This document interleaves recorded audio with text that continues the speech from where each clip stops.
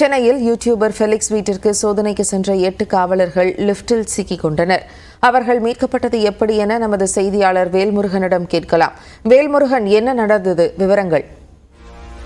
Jennifer, குறிப்பாக நேற்று இரவு குறிப்பாக தனியார் யூடியூப் சேனலுடைய உரிமையாளரும் எடிட்டருமான ஃபெலிக்ஸ் ஜெரால்ட் அவர் கைது செய்யப்பட்ட நிலையில சென்னையில் இருக்கக்கூடிய அவர் வீட்டிற்கு சோதனையிடுவதற்காக இன்று காலை 8க்கும் மேற்பட்ட காவல்துறையினர் சோதனையிட வந்தவர்கள். குறிப்பாக இது 4வது மாடியில் அவருடைய இல்லம் அமைந்திருக்கக்கூடிய நிலையில ஒரே லிப்ட்ல 8 பேரும் அந்த லிப்ட்ல பயணம் மேற்கொண்ட பொழுது குறிப்பாக 3வது மாடியிலே லிப்ட் திடீரென்று நின்று விட்டது.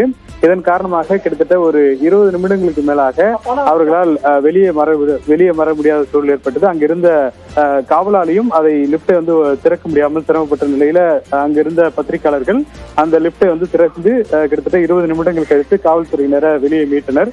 அதற்கு பிறகு குறிப்பாக ரெட்ஃபிளிக்ஸினுடைய எடிட்டர் அவருடைய இல்லத்திற்கு நேரடியாக அந்த நீதிமன்றத்தினுடைய ஆணைகளை வைத்து அவருடைய வீட்டிற்கு சென்றார்கள். பிறகு அங்கிருந்து அவங்களுடைய குடும்பத்தார் பல்வேறு கேள்விகளை கேட்டு, குறிப்பாக நீங்கள் எதுவும் பொருள் கொண்டு வந்து எங்களுடைய வீட்டில் வைத்து விடக்கூடாது என்ற போன்ற கடுமையான வாக்குவாதம் நடைபெற்றது. அதற்கு பிறகு காவல்துறையினர், குறிப்பாக பெண் காவல்துறையினர் அவருடைய இல்லத்தில் சென்று நேரடியாக சோதனையிட்டு வருகின்றனர். ஜெனிஃபர், விவரங்களை வழங்கியமைக்கு நன்றி வேல்முருகன்.